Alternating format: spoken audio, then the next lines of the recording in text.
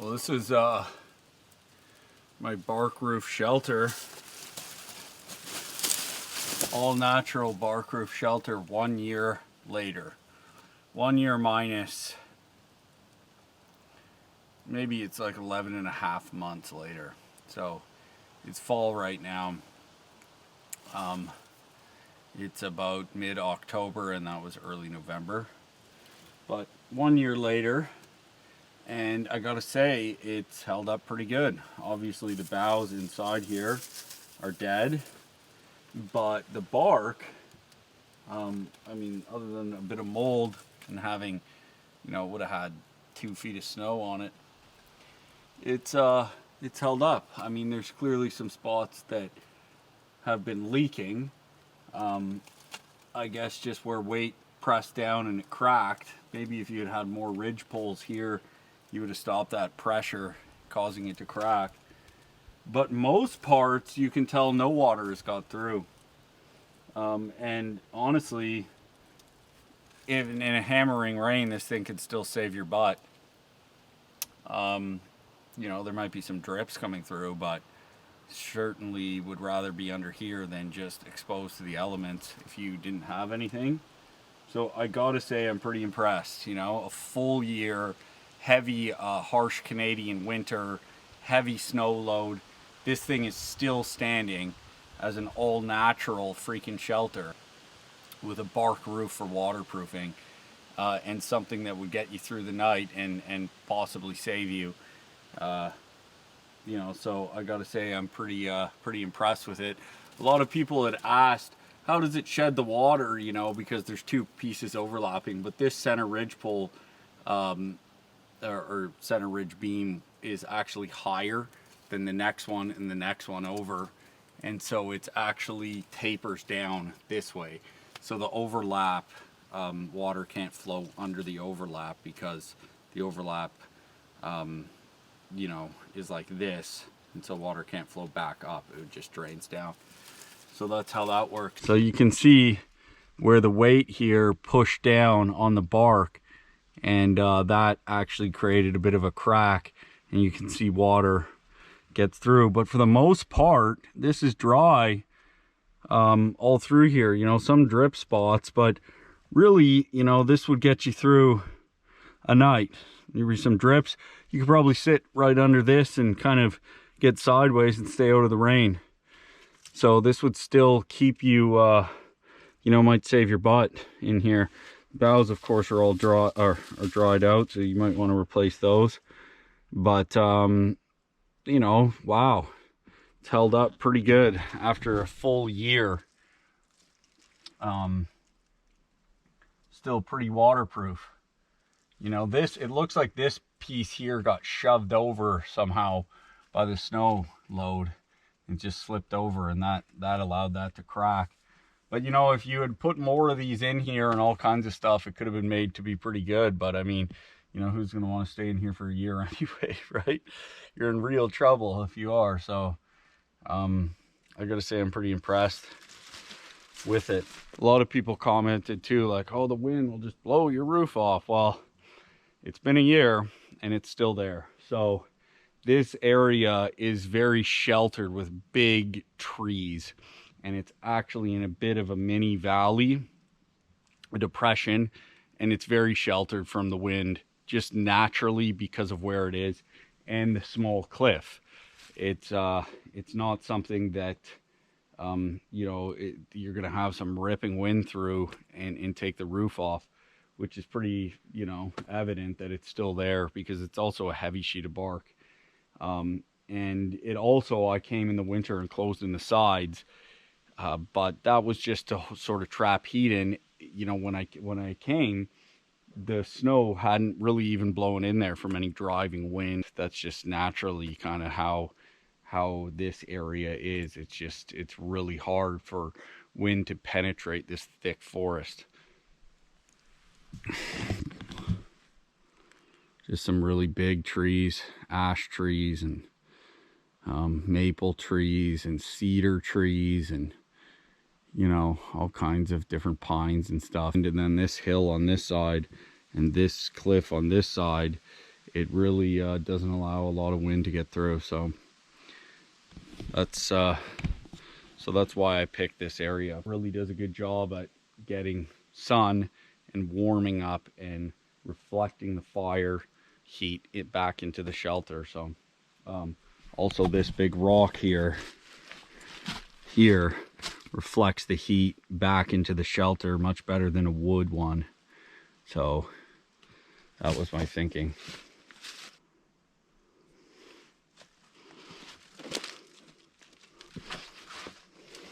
And is it ever camouflage? You can't see it. I mean, that's kind of a perk too. A lot of people were saying, oh, by the cliff and the cliff. It's not really much of a cliff. As you see, it's only about, I don't know, 7 feet off the top of the roof. So not much flow coming over. There are some icicles, but if anything, it reflected, held the heat, blocked the wind, reflected heat from the fire back in. So it was actually quite efficient being next to it in this case. So today I just returned 1 year later to see how this stood up, and I'm pretty impressed. But I'm also going to do some cooking, some bushcraft cooking, and I'm gonna light a fire with a bow drill set that I completely sourced. So it's not a set that I brought with me. It's a set that I'm sourcing out here, lighting a fire with and doing some cooking with. I went, when you saw me collecting it earlier, that was cedar. I found a dead standing cedar and cut it down and made sure it was really bone dry inside. And then I split out the center core, and that's going to be my base plate. And that's what I'm going to try to get my fire going with. So wish me luck. It's challenging to source all these materials and get a primitive fire going like that. So we'll try it out. I'm not going to make cordage today. I'm going to use some paracord because I don't have time for that.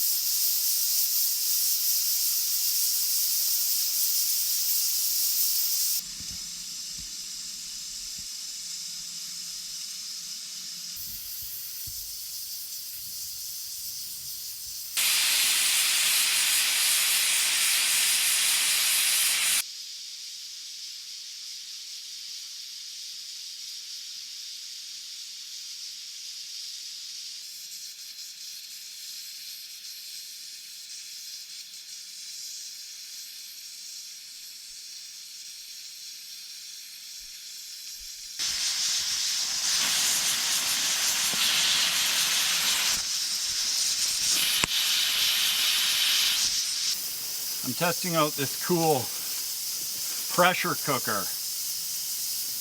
I've never used one before, and this one's really interesting because you can, you know, it's easier to bring with you a lot of different sizes. This is the smallest one.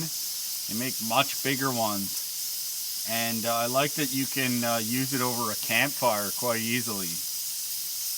It's got those pressure release valves here that you can just lift up if you want, but obviously as the pressure inside builds up, they release the pressure on their own. And I'm doing a chicken, 2 breasts, 2 drumsticks, and some carrots and onions and stuff, pepper just for seasoning, and a little veg. But just kind of testing it out, and naturally it should cook much quicker this way. So it's pretty cool. I'd like to do a chili in it, a stew in it, a few other things. I mean, maybe you could even can in this, I don't know. But pretty interesting piece of equipment. I figured I'd come try it out right now. If you want one of these, I'll put a link in the description below to where you can get this product. It seems like a cool thing. So we'll see.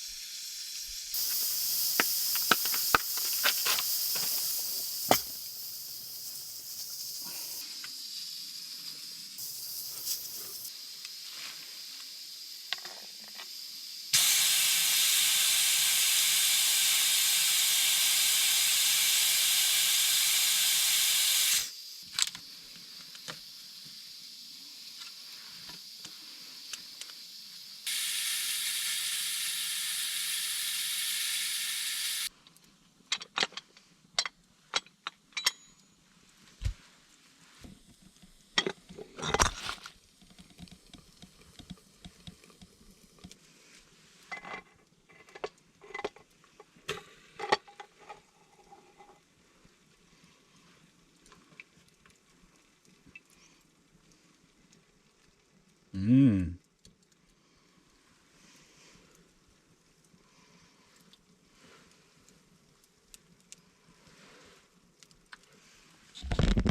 Yo, that looks really freaking good. You gotta say. Nice and... Mmm. This pressure cooker is amazing. Wow. That's really good. Really good. I just carrots, onion, pepper, and chicken. That's it. And water, of course. I didn't want to go too crazy because all the time when I'm out here, I don't bring a lot. And this is really, really good. It did a really good job. Deliciously moist. Just fall off the, just falls apart. And, wow. Mmm. I'm really impressed how freaking delicious it is.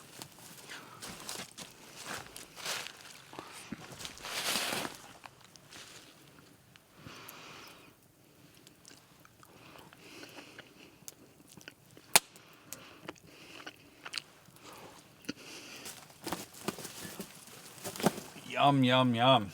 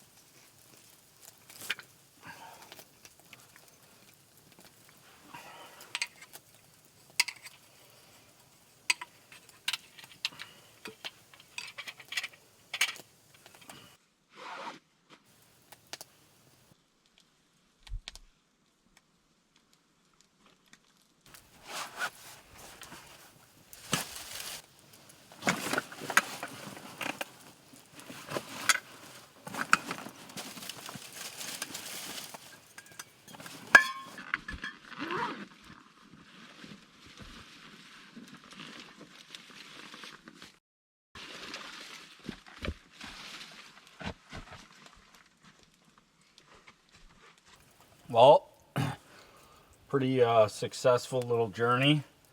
I gotta say, I'm pretty impressed with that pressure cooker. That was delicious and came out super moist, and I didn't do anything. And just the chicken cooking in its own juices and fat really made everything flavorful. The onions, the carrots, and the bow drill worked out as well. So it's fun to practice these things, you know, in the event you need them. So the biggest challenge with the bow drill often is finding the right wood, dry wood, and sourcing it. So that was good. I mean, I used paracord this time. I have strong shoelaces. I always keep strong shoelaces because you never know when you might need that cordage. So it's a good idea to use paracord in your shoes or your boots for that reason. And also, just I was fascinated to see how this bark roof shelter, all natural, had held up after a year. 1 year minus about 2.5, 3 weeks. And I gotta say, it was pretty good. If you had used bark from a fresh green tree, I bet you it wouldn't even be split through, and it'd be waterproof still. On another project, I've done that, and it's still good. Whereas this one came down from a blowdown that was several months old. But you know, you could still get out of the rain under this, and it would still save your butt in a really cold, icy rain. You know, it's actually still a functional shelter the way it is now after 1 year. So that's pretty cool. It would be pretty good to come across this if you needed it and you didn't have time to build it. So curious to see how long these things last. You know, did it blow down? What happened? But here it is, still here, and I'm kind of glad I came back and checked it out. You know, some of these things are trial and error, and you don't know how long it would last. You don't know, you know, how the materials would hold up to different elements, and so it's interesting to see. We had a winter last year with lots of snow. There was over 2 feet of snow on this roof at one point last winter. You know, down to minus 37 degrees Celsius at times. Big ice layer built up on top of the bark from freezing rain and melting snow and flash freezing and then more snow.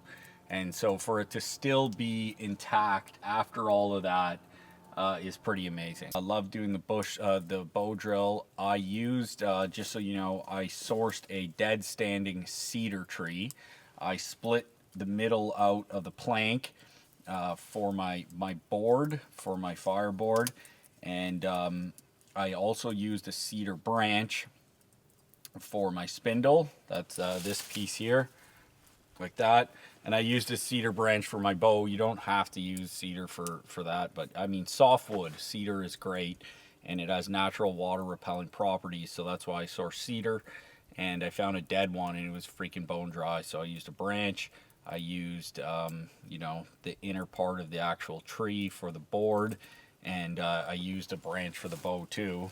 And I did use paracord for the cordage. And just underneath to catch my fine powder, I used another little plank of cedar. And once I had a cherry going, an ember, I essentially got that going by shaving the cedar bark off the outside. It's really fine and fluffy, And then I just put that on and blew it into flame, and then I used a little bit of birch bark to catch that, and so on and so forth. I actually just burnt my spindle and burnt my my plank, because you know, I'm not planning on reusing them. But of course you wouldn't do that if you were out here.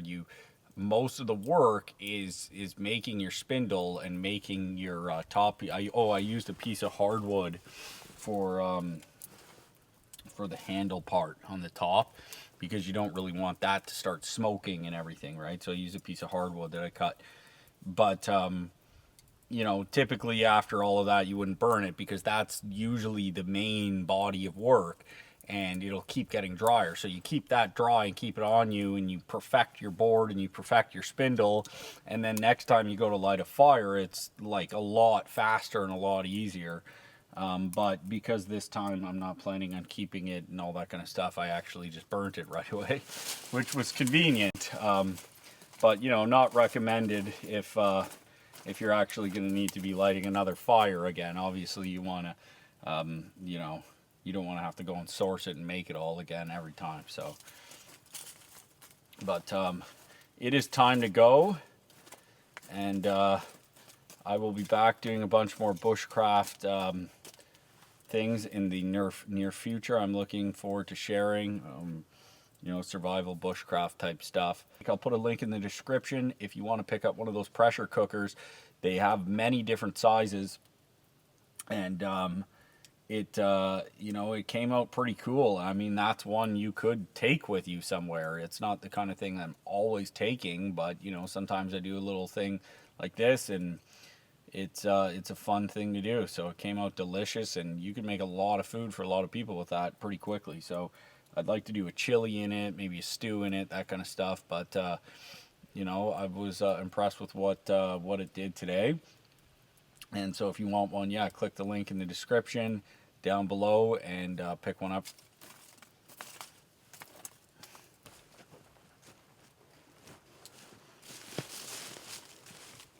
If you like this video, please like and subscribe. If you want to check out the construction of this shelter, go back. I'll put a card here, and I'll put it on the end screen of this video so you can go and check out and see how I built this.